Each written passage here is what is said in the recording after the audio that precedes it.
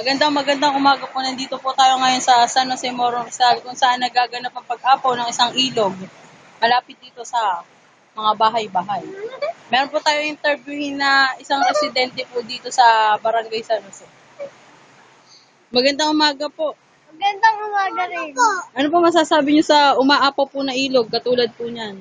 Buti na lang, wala kami doon sa kung hindi apaw ng aming lugar. Oo nga po eh. Yan po. Makikita po natin mga kababayan na ang ilog po na yan ay sobrang taas na po. Halos pasukin na po mga bahay-bahay sa mga gilid dito. Nakakatakot po talaga pag nabagsak ka dito sa ilog na to. Ano po yung mga kailangan yung gawin sa mga ganito pong kalamidad? Ah,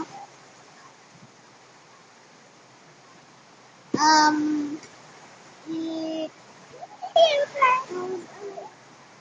Oh, tama po yan, tama po yan. Maging mag-ingat po tayo, lalo na po may bata po tayong kasama. Ilan taon na po kayo? Ah, ilan taon? 65. Thank you po. Oh. At ito po, ang inyong patron, Aina Denise Badris ng San Jose, Morro Rizal.